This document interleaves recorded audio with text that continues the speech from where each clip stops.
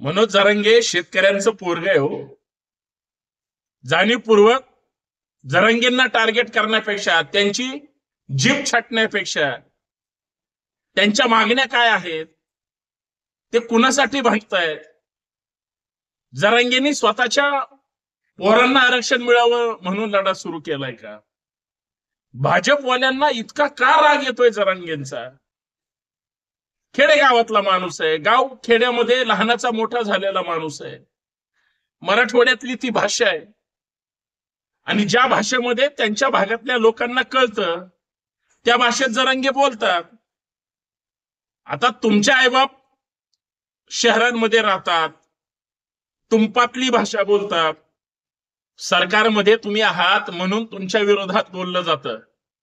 तुम्ही सत्तेतून बाहेर पडा किंवा तुमच्या हातातली सत्ता जाऊ द्या, कोण तुम्हाला विचारणार आहे? पण मनोज जरांगेंचं काय म्हणणं आहे की जर आमच्याकडे आमचे सातबारे असतील, दाखले असतील, ज्या काय मागण्या असतील जरांगेंच्या, त्या जरांगेंच्या मागण्या शासन दरबारी ठेवल्या. माननीय मुख्यमंत्री महोदयांबद्दल जरांगे काय बोलले म्हणून तुम्हाला मिरच्या झोंबल्या. हजारो लाखो लोक रस्त्यावर येत आहेत. 29 ऑगस्टला मुंबईमध्ये तर दणक्यात मोर्चा होईलच, मराठे उसळतीलच आणि सगळे त्या मराठा मोर्चाचं स्वागत सुद्धा करतील. धनगर समाजाने सुद्धा केलंय.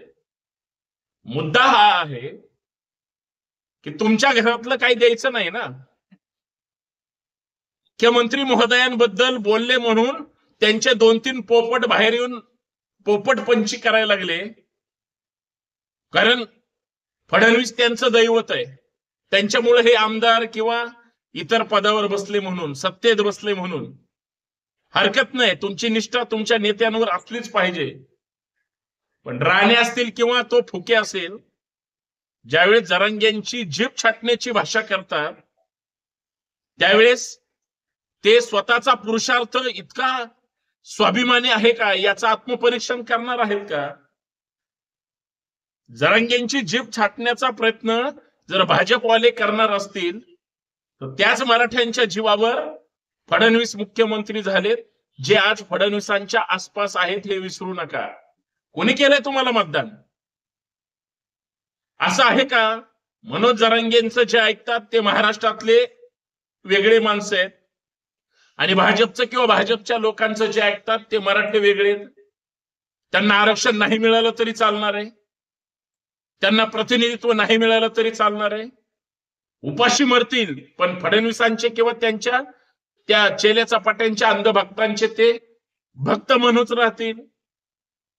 असं काही आहे का? पण हजारो लाखो माणसं जो माणूस जोडतो त्या माणसाविषयी तुमच्या मनात इतका द्वेष का?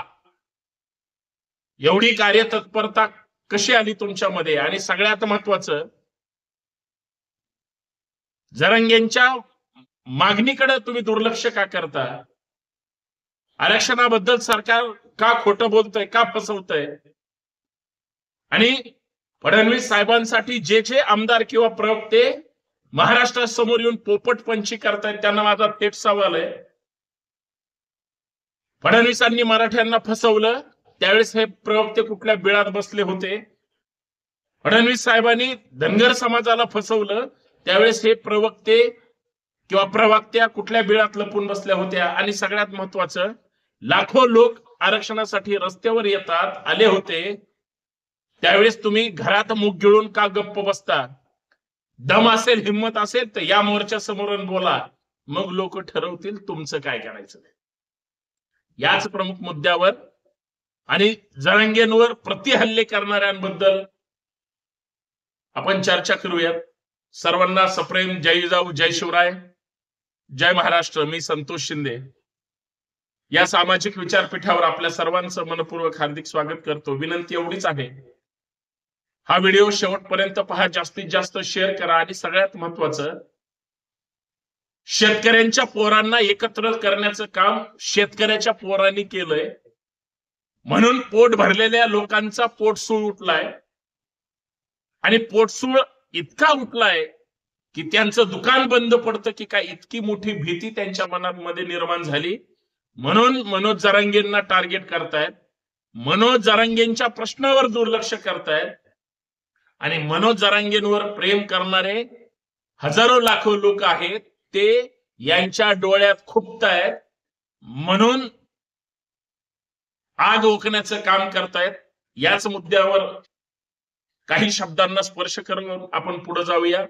विनंती एवढीच आहे, नवीन असाल तर हे चॅनल सबस्क्राईब करा, बांधवांनो हे जास्तीत जास्त शेअर करा आणि सगळ्यात महत्वाचं बेल आयकॉन प्रेस करायला विसरू नका, नोटिफिकेशन ऑल ठेवा. मनोज जरांगे पाटील परत एकदा मुंबईच्या दिशेने निघालेले आहेत. आता मुंबईत गेल्यानंतर आरक्षण घेऊनच वापस यायचं.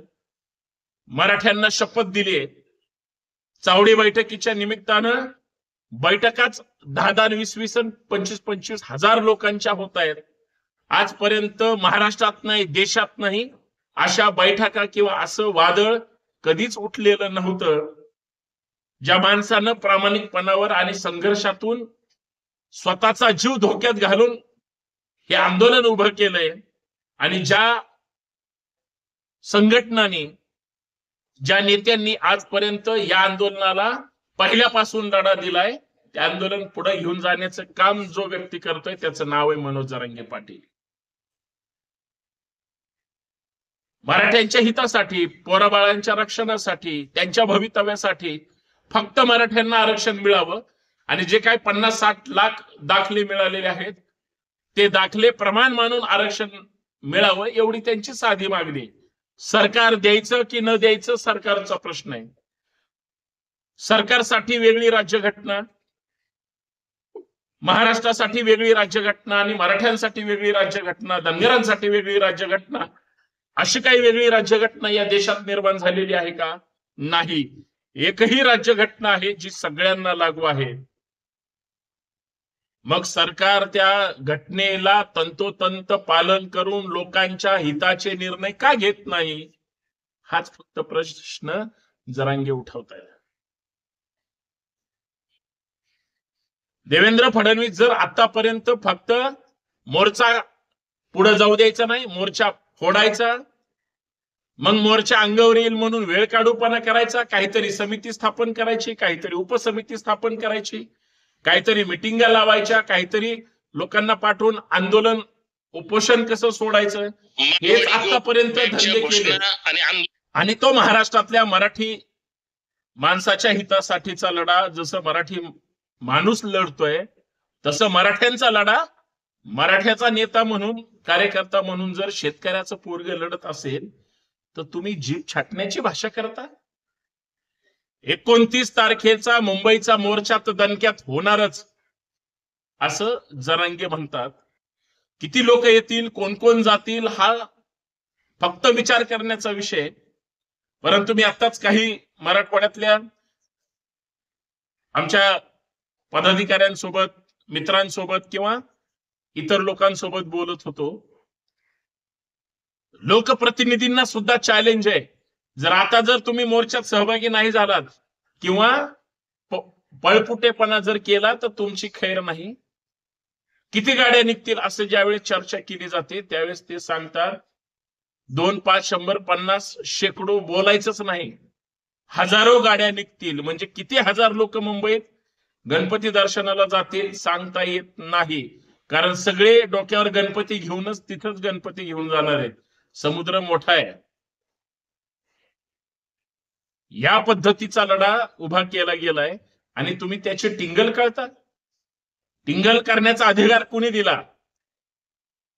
आज जे मनोज जरांगे पाटलांच्या विरोधात मीडिया समोर भाजपचे आणि देवाभाऊंचे कार्यकर्ते म्हणून किंवा त्या पक्षाचे प्रवक्ते म्हणून जे पांचटपणानं बाजू घेण्याचं काम करतात, जरांगेंवर विरोधात बोलतायत, ते सगळे महाराष्ट्र लक्षात ठेवणार आहे. आणि लक्षात ठेवा, ज्यावेळेस मतांची भीक मागण्यासाठी हे दारोदार येतील त्यावेळेस ह्यांना सांगा आणि किंवा त्यांना त्यांची लायकी दाखवा, तरच हे जागेवर येतील. कारण जे वादळ हजारो लोकांचं मुंबईकडे येईल किंवा महाराष्ट्रामध्ये आरक्षणाच्या निमित्तानं जरांगे पाटलांच्या नेतृत्वाखाली काम करतंय, ते कुणी पैसे देऊन बोलवलेले नाहीत, कुणाला आमदारकी खासदारकी किंवा कुठलं काही मिळणार नाही. ते प्रामाणिकपणे लढतायत. सरकारच्या आशीर्वादाने सरकारनं काही सुपारी भागदर, सुपारी फंटर समाजात पाठवलेत. ते कधी मराठ्यांच्या विरोधात मराठे बोलणार, जरांगेच्या विरोधात मराठे बोलणार, कधी ओबीसी नेता म्हणून जरांगेंवर बोलणार. हे बोलणारे सगळे सुपारी भागदर आहेत, हे महाराष्ट्र विसरणार नाही. पण जो मराठा समाज मोठा भाऊ म्हणून इतर सगळ्यांना सोबत घेऊन समाज जोडण्याचं ज्यावेळेस काम करतो, त्यावेळेस हीच लोक कुठल्या बिळात लपलेले असतात, मुग गिळून गप्प बसलेले असतात. या सगळ्यांचं त्या ठिकाणी आत्मपरीक्षण करण्याची वेळ आलेली आहे. काहीच करायचं नाही, बटन दाबताना फक्त 10 वेळेस विचार करायचा, सत्तेत हे बसतील की नाही बसतील. लाचारांच्या फौजात ज्यावेळेस तुमच्याकडे येतील आणि तुम्हाला मतं मागतील, त्यावेळेस जीभ हासडण्याची ज्यांनी भाषा केली त्यांना सुद्धा त्याचं उत्तर द्यावं लागेल. मला हे या माध्यमातून सांगायचंय. शेतकऱ्याच्या पोराने बोलता बोलता जे काही बोललं त्याची भूमिका समजून घेतली पाहिजे. तुमच्या मुंबई तिकडल्या ठिकाणी बसून तुम्ही काहीही घाणेरडं बोलतात, त्यावेळेस सगळे ऐकतात. आणि ज्यावेळेस हक्क अधिकारासाठी काहीतरी बोललं जाण्यावर तुम्हाला मिरच्या झोंबतात. याचं सगळ्याचं विचारमंथन समाज हा करणार आहे, लक्षात ठेवा. आणि लढा हा चालूच राहील. फक्त सत्तेमध्ये तुम्ही आहात म्हणून, सरकारमध्ये तुम्ही आहात म्हणून तुम्ही जर मालक समजत असाल स्वतःला, तर लक्षात ठेवा, तुम्ही जनतेनं निवडून दिलेले चाकर आहात, हे विसरायची गरज नाही. बाकी जनता सुज्ञ, सगळ्यांचा हिशोब जनताच करणार आहे, कारण जनता हा नेता ठरवते.